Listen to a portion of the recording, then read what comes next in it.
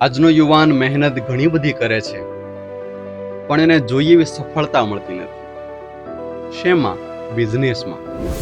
કયો ધંધો કરું, ક્યાં રોકાણ કરું, કયો એવો ધંધો છે જેમાં ક્યારે મંદી ન આવે, કયો એવો ધંધો છે જેમાં રોકાણ વગર પૈસા વધારે મળે, કયો એવો ધંધો છે જેમાં સમય ઓછો આપીએ અને પગાર વધારે મળે. આજે યુવાનોને ધંધા બાબતે ઘણા પ્રશ્નો છે. શું કરું તો પૈસા વધારે મળે? શું તમારે પણ આ પ્રશ્ન છે? તો સાંભળો એક સ્ટ્રેટેજી.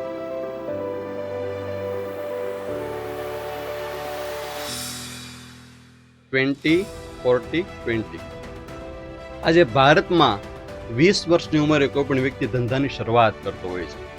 20 વર્ષ બાદ 40 વર્ષ ધંધો કરે છે અને 20 વર્ષ નિવૃત્તિનો સમય ગાળે છે. તો શરૂઆતમાં 20 વર્ષ તમે નક્કી કરો મારે કયો ધંધો કરવો છે. ધંધો કરવો છે કે નોકરી કરવી છે એ નક્કી તમારે કરવાનું છે. તમારામાં સ્કિલ કઈ છે? જો તમારામાં સ્કિલ બીજાના અંડરમાં રહેવાની હોય તો તમારે જોબ કરાય, અને તમારામાં સાહસ વૃત્તિ હોય, કેપેસિટી હોય, ઝંપલાવાની ભાવના હોય તો તમારે બિઝનેસ કરાય. 20 વર્ષ નક્કી કરો કે મારે કયો ધંધો કરવો, અને નક્કી કર્યા બાદ 40 વર્ષ એ ધંધો કરો જે તમારી સ્કિલમાં હોય, જે તમારા ટેલેન્ટમાં હોય, અને 40 વર્ષ એવો ધંધો કરો કે પાછળના 20 વર્ષ તમારે કોઈની પાસે હાથ લાંબો ન કરો. આજે બધા ધંધો કરે છે, બધા બિઝનેસ કરે છે, બધા જોબ કરે છે, પણ શું કરે છે? કોપી કરે છે. મારા કાકા શું કરે એ મારે કરવું છે, મારો ભાઈ શું કરે એ મારે કરવું છે, મારા માસા શું કરે એ મારે કરવું છે. પણ તમે તમારી ઇનર સ્કિલ તપાસો, મારામાં સ્કિલ કઈ છે. સેકન્ડ પોઈન્ટ, આજે બધાને આશા છે કે ડિગ્રી પ્રાપ્ત કરશું જો જોબ સારી મળશે. અરે મિત્રો, આજે કલેક્ટર માટે પર યર 5 લાખ લોકો એક્ઝામ આપે છે, પણ કલેક્ટરમાં 17,000ની જરૂર છે. આજે લોકો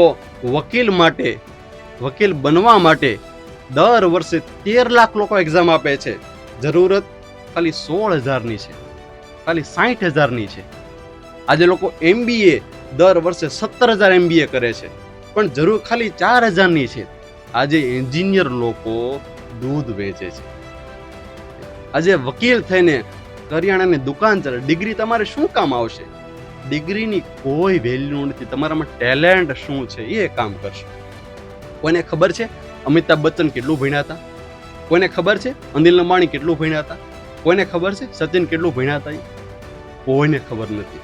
એનામાં ટેલેન્ટ શું છે તમે એ ચકાસો. મારામાં શું ટેલેન્ટ છે? અત્યારે જમાનો ટેકનોલોજીનો છે, અત્યારે જમાનો સ્કિલનો છે. ડિગ્રીનો જમાનો જતો રહ્યો. સર્ટિફિકેટને ડસ્ટબિનમાં નાખી દો, એની કોઈ જરૂર નથી. તમારામાં ટેલેન્ટ શું છે? અત્યારે ગૂગલ, માઇક્રોસોફ્ટ શું કરે છે? તમે ટેલેન્ટ બતાવો, જોબ તમારી તૈયાર છે. બિહારનો ઋતુરાજ નામનો છોકરો કોલેજ કરતો હતો અને ગૂગલમાં કાંઈક એને મિસ્ટેક ગોતી, ગૂગલને હેક કર્યું, સિક્યુરિટી તોડી, તો ગૂગલ વાળાએ અમેરિકાથી સ્પેશિયલ એની ફ્લાઇટ મોકલી અને 3.5 કરોડનું પેકેજ તૈયાર કર્યું. એની માટે વિઝા પણ તૈયાર થઈ ગયા. તમારામાં ટેલેન્ટ હોય દેખાડો. યુકેમાં ગેરી મિકીનો નામનો વિદ્યાર્થી, તે વિદ્યાર્થી અવસ્થામાં ગેરી મિકીનોએ યુકેની સિક્યુરિટીને હેક કરી, સિક્યુરિટીને તોડી નાખી. તો એ ગેરી મિકીનોએ યુકેમાં પોતાની કંપનીની સ્થાપના કરી. પાવલો પિકાસો બહુ મોટા પેન્ટર હતા. એક કન્યા એમની પાસે આવે કે પાવલો, મને મારો સ્કેચ દોરી આપ. ત્યારે પાવલાએ 30 સેકન્ડમાં સ્કેચ દોરી દીધો. એના કેટલા રૂપિયા? કે 30 લાખ રૂપિયા. 30 સેકન્ડના 30 લાખ હોય? ત્યારે પાવલાએ એવું કહ્યું, પાવલો એવું બોલ્યા કે 30 સેકન્ડના નથી, 30 વર્ષના છે. One small keen can change your life. તમારામાં સ્કિલ કઈ છે? ડિગ્રી કદાચ નહીં હોય તો ચાલશે. 12 ભણેલો છોકરો એક જગ્યાએ જોબ ઉપર જાય છે, પોતાના શેઠને કહે મારે જોબ ઉપર રહેવું છે. શેઠ કહે તારામાં શું સ્કિલ છે? તારી પાસે કઈ ડિગ્રી છે? સાહેબ હું તો 12 ભણેલો છું. 12 ભણેલાનું કાંઈ કામ નથી. માસ્ટર ડિગ્રી હોય તો બોલ. સાહેબ તમારે ધંધાનું કામ કે ડિગ્રીનું કામ? સાહેબ કે મારે તો ધંધાનું કામ. સાહેબ તમે જુઓ હું કેવી રીતે ધંધો કરું છું.